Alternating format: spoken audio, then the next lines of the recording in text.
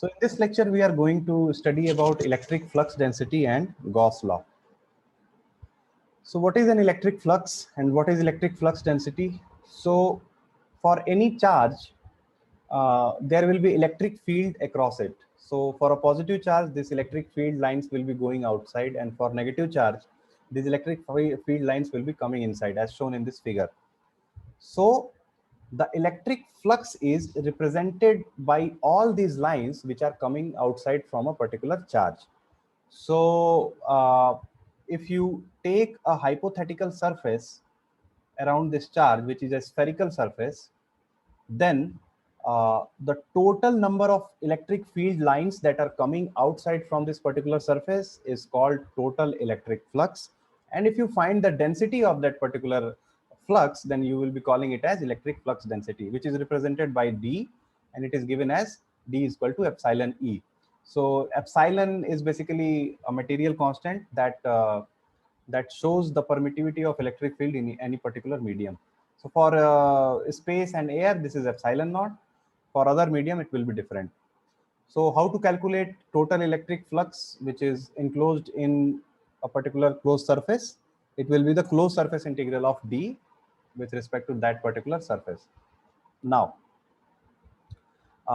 let us take one example to calculate this electric flux density. So in this example, there is a line charge which is distributed across y-axis, and you have to find the electric flux density D at a particular point 403. So we are actually taking Cartesian coordinates here, and this 4 will represent x, 0 will represent y-axis, and 3 will represent z-axis, right? So it is depicted in this figure that this is the line charge which is along the y-axis, and since the line charge is distributed along the whole y-axis, it is an infinite line charge, and the value of line charge density is 3 pi millicoulomb per meter. So rho L is 3 pi millicoulomb per meter. So you have to find the value of D at this particular point. Now, if you remember, previously in the previous lecture, we had calculated electric field at any point because of an infinitely long line. So what was the formula? It was this, right? In the previous lecture we studied. So you only have to multiply by epsilon naught. So listen, if the medium is not given, you will always take the permittivity as epsilon naught, right? So what you will do is, to calculate DL, you will only multiply the expression of E with epsilon naught, and you will get this. Now you have rho L, you know the value of rho. What will be the value of rho? Rho is the radial distance from this particular line Y. So what will be the rho? Since at this point there is only X and Z component and there is no Y component, so from this origin point, the value of rho will be equal to the squares of the under root of the squares of the summation of the magnitude of X component and Z component, right? So rho will be nothing but X square plus Z square, as it is very clear from the figure. So it will be under root 4 square plus 3 square as shown here. So it will be 5. So value of rho is going to be 5. So that is how we have calculated it here. Now you have to calculate the direction of this electric flux density, which is same as the electric field intensity. And you already know how to calculate the unit vector direction. You have to subtract the point with the origin, and you will get the arrow. So this is how we get our arrow, and we put all these values in the formula of this DL, and we will get this. So this is how you can get electric flux density. It is very similar to finding out electric field intensity. Now, coming to Gauss law. According to Gauss law, the total electric flux which is coming out from a closed surface area will be equal to the total charge that is enclosed inside that particular surface. So for example, if you take a closed spherical surface, and let me call the total surface area as S, and there is a charge value q which is enclosed inside that surface. So basically the electric lines will be coming out from that charge. So the total flux psi that is coming out from that closed surface S will basically be equal to the total charge Q which is enclosed inside this surface S. So this is what it is written here. Psi is equal to total charge enclosed, and psi can also be and can you we have already discussed that psi is the total flux and d is the flux density. So calculate psi, you have to take the closed surface integral S of d with respect to that particular closed surface. So this is what it is written here, and using using the Gauss law, this value will be nothing but equal to the total charge q which is enclosed in that particular surface. Now if the charge q is equally distributed as a volume in that particular spherical surface with a volume charge density of rho v, then we can say that this q is equal to integral volume integral of rho v dv, right? So from here, if we equate these two things, we will get q is equal to closed surface integral of d ds, which will be basically equal to volume integral of rho v dv. But you remember from the Gauss divergence theorem that we studied in the first section of this subject, uh, we knew that closed surface integral of any vector will be equal to volume integral of divergence of that particular vector A, and this volume is basically is the volume that is enclosed by that particular closed surface S, right? So the same thing we will be doing here.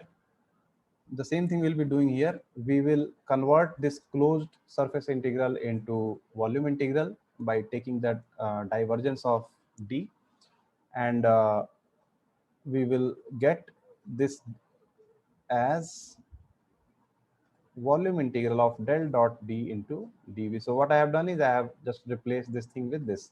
So both side you are having volume integral. So if you compare these two sides, you can say that the volume integral rho v is nothing but equal to the divergence of electric flux density d. So rho v is basically equal to the divergence of electric flux density d. This is the very important formula, and it is also the first of the four Maxwell equations which we are going to study in further lectures. Now let us see some of the applications of Gauss law. Uh, First of all, we will see if there is a point charge q uh, at a particular point, and then using the Gauss law, how we can calculate the value of electric flux density d, right? So this in this blue diagram, spherical diagram, you can see that there is a point at which, let me assume, a charge q is residing. So can you tell me how the electric fields lines will be coming outside? So they will be radially coming outside in all the direction, right? So I am just taking one arbitrary direction, and I am calling it as the direction of AR, because obviously in spherical coordinates, uh, all the directions which are going outside radially will be represented as AR, right? So we can say that the electric flux density which is coming outside from this in this direction can be represented as dr AR, right?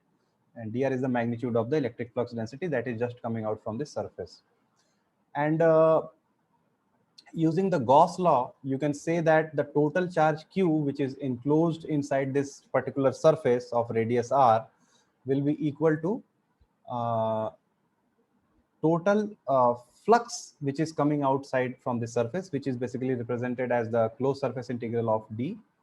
And since we have assumed that this d as d dot dr AR, we can take dr, because dr is the magnitude, we can take out.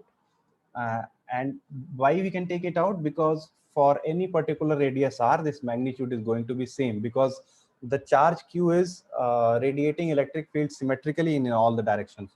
So now you are left with the closed surface integral of this surface this spherical surface, and if the closed surface integral of any spherical surface with radius r will give you the total surface area. And what is the surface area of a sphere? It is 4 pi r square. So if you are not satisfied with this, you can also calculate the closed surface integral like this. So you take the spherical coordinates. You know that ds can be converted as sine theta, r square sine theta d theta d phi. And since r is constant, and you can vary your phi from 0 to 2 pi, theta from 0 to pi, and just integrate and you will get 4 pi r square, right? This surface area of radius r, which is across this charge q, is called the Gaussian surface. So we have already discussed in the Gauss law that the total flux coming out from a particular closed surface area will be equal to the total charge enclosed that inside that particular surface. So this particular closed surface is called the Gaussian surface. So this you remember, this is called Gaussian surface, right? So from here, let's find the value of d. So we get our q is equal to dr 4 pi r square. So from here we can say that dr is equal to q upon 4 pi r square. Now d is drar, so you can say that d is equal to q upon 4 pi r square ar. Right? So this is what it is written here. And you also know that d is equal to epsilon naught E. So E will be equal to, let me clear this. So we can say that E will be equal to Q upon 4 pi epsilon naught R square AR. So this you have already found in the first lecture of this section using some other method, using that calculating the R value and then putting in the formula. So this was the different method, and this is the different method from which also you can calculate the value of electric field intensity, right? So I think this method you are going to find easier than the previous method. So using the Gauss law, Gaussian surfaces also, you can calculate electric field, electric flux density at different points very easily. Now let us talk about the infinite line charge. So as you can see in this figure, there is infinitely long line charge in the z direction, and you have to find electric flux density d at a particular point p, which is at a radial distance rho from this z-axis line, right, as shown in this figure. So as in the previous case, you will take a Gaussian surface. And how is the symmetry in this case? If there is a straight line, the electric fields will be going outside in all the direction, and you can find a cylindrical surface across this line where the value of the magnitude of this electric field or electric flux density is going to be same. So there is a cylindrical symmetry. In the case of point charge, there was a spherical symmetry, so we used a spherical coordinate. And in this case, we have a cylindrical symmetry, as you can see. So we will use cylindrical coordinates. So the Gaussian surface will also be a cylinder, right? So if you want to find the value of electric flux density d at a particular distance rho, radial distance rho from this line, you will have to make a Gaussian cylindrical surface of radius rho. And let us take a distance, length of this Gaussian surface as L, for example. So can you tell me the total amount of electric charge which is included inside this surface, which is having the length of L? So you knew that if there is a line whose line charge density is rho L, and if the total length was L, so the total charge Q will nothing but will be the rho L into L. So this is what it is written here. Rho L into L will be the total charge enclosed in this Gaussian surface, which will be equal to the total flux, and flux you know is given by the closed surface integral of electric flux density d. So similar to the previous case, here also all the electric flux density will be radially going outside, and its value you can write it as d rho into a rho, because a rho is the radially outward direction. So it is written like this. And if you take the closed surface integral of a cylinder, which is having a length L and radius rho, it can directly give you 2 pi rho L, right? 2 pi rho into L will be the total surface area of the Gaussian surface. We are not talking about the upper surface like this. We are not talking about the this and this, because electric fields will not be going in that direction. It will only be in the radial direction. We have already seen in the previous examples in the previous lecture. So if you put all these values, you will get electric flux density D as rho L upon 2 pi rho A rho. And if you remember, for infinitely long line, we had already calculated electric field as rho L upon 2 pi epsilon rho A rho. So from here also, if you just like, you know that D is equal to epsilon naught E, from here also you can find the value of E exactly same. So it is very clear from these expressions that using the Gauss law, it becomes very easier to find electric field and electric flux density at any particular point using some Gaussian surfaces.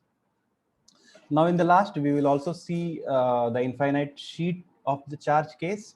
Here you can see that there is a sheet of charge with a charge density of rho s on a surface which is spread in xy plane, and you have to find electric flux density above or below this particular surface. So it is very sure that the normal direction of this surface will be in the z direction, az, right?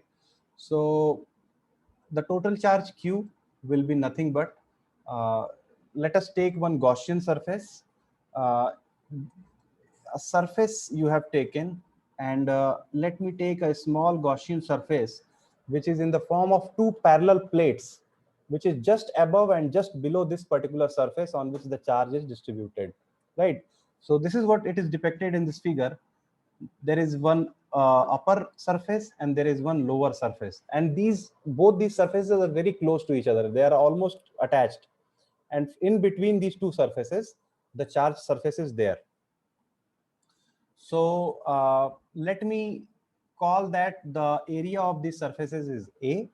So your Gaussian surface will be made by two parallel surfaces, which is just above and below the charge surface rho s. So if you want to calculate the value of charge q, it will be, according to the Gauss law, it will be equal to the total flux, and total flux will be equal to the closed surface integral of electric flux density D with respect to the closed surface, which is given by these two parallel plates.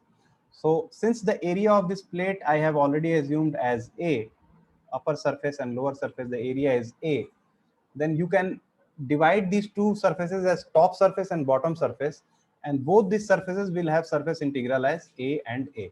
So it is very easy now that you can say that the total charge enclosed inside these two parallel surfaces will nothing but will be the surface charge density rho s multiplied by the area of that particular surface area, charge area, which is also A.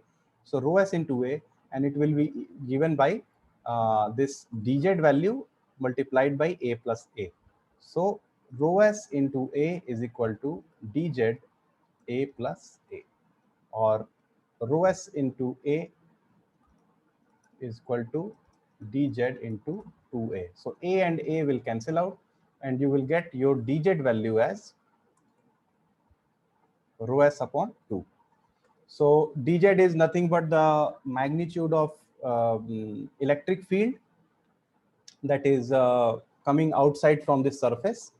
And if you want to convert it into the vector, you have to take the normal of this surface, which is nothing but the az value. So you get d is equal to rho s upon 2. And also you can find the electric field intensity as d upon epsilon naught, which is rho s upon 2 epsilon az. So you can check the previous lecture. We had found exactly the same formula using different method to calculate the electric field above a infinitely large surface. Now there is an assignment for you. take one sphere in which there is a volume charge density of rho v, and what you have to find is you have to find the electric flux density d by taking Gaussian surfaces in two cases. In the first case, you take a Gaussian surface whose radius is below the radius of this sphere where the volume charge is distributed, and let me call the radius of this sphere as a. So in the first case, you take a Gaussian surface, which will also be obviously a sphere, um, whose radius is less than a, and then in the second case you take a Gaussian surface whose radius is greater than a, and in both the cases you find the expression of electric flux density d, and finally you plot it on the uh, like this with respect to r. So I have already given you the solution answers and the plot. You have to do is you have to mathematically uh, derive all these expressions, and you have to make this particular graph on your own. So the figure is very clearly depicted here. You have taken a spherical volume charge, which is having a volume charge density of rho v, and you have to make two types of Gaussian surfaces, one inside the volume charge and one outside the volume charge, and then find the expression of d as how the d varies from if you go from the origin to outside, right? Now let us take one simple example.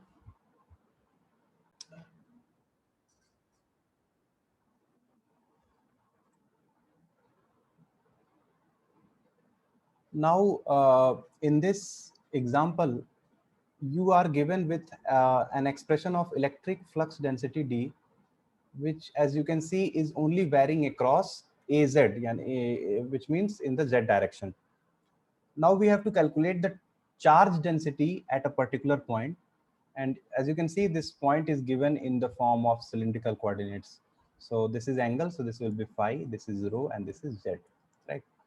And then you have to find the total charge enclosed by a particular cylinder of radius 1 meter, and the expanse of the cylinder is given, which is between -2 and 2 meter on z axis. So first of all, you are given with d, and you have to calculate a charge density rho. So do you know any formula which relates d and rho v? So we just studied as the Maxwell's first equation that the divergence of d is nothing but rho v, right? And since this electric flux density is only going inside z direction, so this divergence will only be represented as the del dz divided by del z. So you will have to only take the partial differential of this electric flux density d in the z coordinate. So by doing this, you will get this expression, and all you have to do is you have to put the values of this point in this expression to get the total charge density at that given particular point. So if you put, you will get 0.5 coulomb per meter square. Now if you want to, now you have the value of volume charge density, and if you want to calculate the charge q, what you will do, you will take the volume integral across a particular given volume of that volume charge density. So what is that volume? It is basically the enclosed surface by a cylinder of radius 1 meter with z varying from -2 to 2. So this is depicted in this particular figure. If you take the volume integral of rho v dv, you know that dv in cylindrical coordinates can be written as rho, d phi, d rho, and dz. So I am just dividing all these terms. So rho is how much is rho varying from? It is varying from 0 to 1 because the maximum radius of the cylinder is 1. And since this volume charge is distributed across all the volume, you will have to vary rho from 0 to 1. And again, phi always varies from 0 to 2 pi for the whole cylinder complete circumference. And z as it is given is varying from -2 to 2. So in this expression of rho v, there is no z. So here you will directly get the value as 4 in this integral. And there is expression in phi as cos square phi and expression in rho. After putting all these values and calculating the integral, you will get your answer as 4 pi by 3 coulomb. So this is how you can calculate the value of charge and charge density using the combination of Maxwell equations, Gauss law, and all these things that we have discussed in this lecture. Thank you.